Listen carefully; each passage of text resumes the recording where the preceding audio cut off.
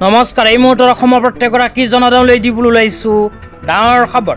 তো যিসকল মানুহে ভিডিঅ'টোত ক্লিক কৰিছে অনুগ্ৰহ কৰি ভিডিঅ'টো স্কিপ নকৰি প্ৰথমৰ পৰা শেষলৈ চাই থাকিব, কিয়নো এইটো ভিডিঅ'ৰ মাজত ৰেচন কাৰ্ডৰ পৰা আৰম্ভ কৰি চৰকাৰী ঘৰলৈ কেইখনমান গুৰুত্বপূৰ্ণ খবৰ আপোনালোকক প্ৰদান কৰিম। তো অনুগ্ৰহ কৰি ভিডিঅ'টোত ক্লিক কৰিছে যদি ভিডিঅ'টো স্কিপ নকৰি প্ৰথমৰ পৰা শেষলৈ চাই থাকিব। লগতে মোৰ চেনেলত নতুন হলে প্লিজ চেনেলটো সাবস্ক্ৰাইব কৰি মোৰ লগত থাকিব আৰু ভিডিঅ'টো ভাল লাগিলে অনুগ্ৰহ কৰি শ্বেয়াৰ কৰি দিব।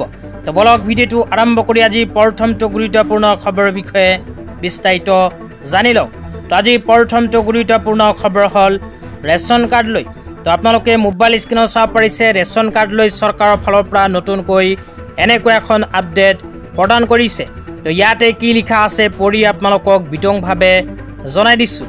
ইয়াতে লিখা আছে ৰাষ্ট্ৰীয় খাদ্য সুৰক্ষা আইনৰ হিতাধিকাৰীৰ বাবে সুখবৰ। তো চৰকাৰৰ ফালৰ পৰা ৰেচন কাৰ্ডৰ হিতাধিকাৰীসকলৰ বাবে এখন ডাঙৰ সুখবৰ প্ৰদান কৰিছে। তো ইয়াতে কি সুখবৰ প্ৰদান কৰা হৈছে আপোনালোকক জনাই দিছোঁ। তাৰপিছত কোৱা হৈছে চেনি 38 টকা কিলোগ্ৰাম, মচুৰৰ দাইল 69 টকাত 1 কেজি। তাৰপিছত কোৱা হৈছে নিমখ 10 টকাত 1 কেজি। তো ইয়াতে কোৱা অনুযায়ী যিসকল মানুহৰ ৰেচন কাৰ্ড আছে সেইসকল মানুহে এতিয়াৰ পৰা ৰেচন কাৰ্ডৰ সহায়ত চেনি, মচুৰ দাইল আৰু নিমখ লাভ কৰিব। তো কেতিয়াৰ পৰা লাভ কৰিব এই বিষয়টো বিতংভাৱে জনাই দিয়া হৈছে। তো ইয়াতে লিখা আছে 2025 চনৰ অক্টোবৰৰ পৰা 2.5 কোটিৰো অধিক হিতাধিকাৰীয়ে লাভ কৰিব পাৰিব ৰেহাই মূল্যত এই খাদ্য সামগ্ৰীৰ সুবিধা। তহা অক্টোবৰ মাহৰ পৰা চৰকাৰে চেনি, মচুৰ দাইল আৰু নিমখ প্ৰদানৰ কাম আৰম্ভ কৰিব। তো এতিয়া আপোনালোকক দিবলৈ ওলাইছোঁ আজিৰ দ্বিতীয়টো খুবেই গুৰুত্বপূৰ্ণ খবৰ।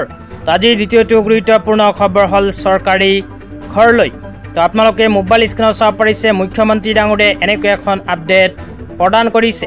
তো ইয়াতে লিখা আছে আমাৰ পকী ঘৰ নিৰ্মাণৰ যি পুৰণি তালিকা আছিল যোৱাবাৰ মাননীয় কেন্দ্ৰীয় মন্ত্ৰী শ্ৰী শিৱৰাজ সিং চৌহান ডাঙৰীয়াই অসমলৈ আহোঁতে আমাক 3 লাখ ঘৰৰ আবণ্টন দিছিল, আৰু যদি আমি নতুনকৈ 3,70,000 ঘৰ পাওঁ তেন্তে পুৰণি তালিকাৰ প্ৰতিজন ব্যক্তিৰে ঘৰ দিয়াৰ কাম আমি সম্পন্ন কৰিব পাৰিম।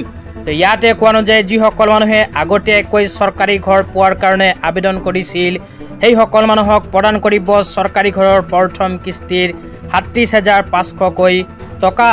ভাৰত চৰকাৰে আকৌ 3,70,000 চৰকাৰী ঘৰৰ আবণ্টন প্ৰদান কৰিব অসম চৰকাৰক।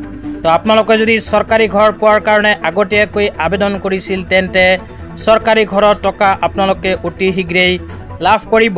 তো জিঅ'টেক ঘৰৰ টকাও হিতাধিকাৰীসকলে অতি শীঘ্ৰেই নিজৰ বেংক একাউণ্টত লাভ কৰিব। তো আজি ইমানেই, ধন্যবাদ।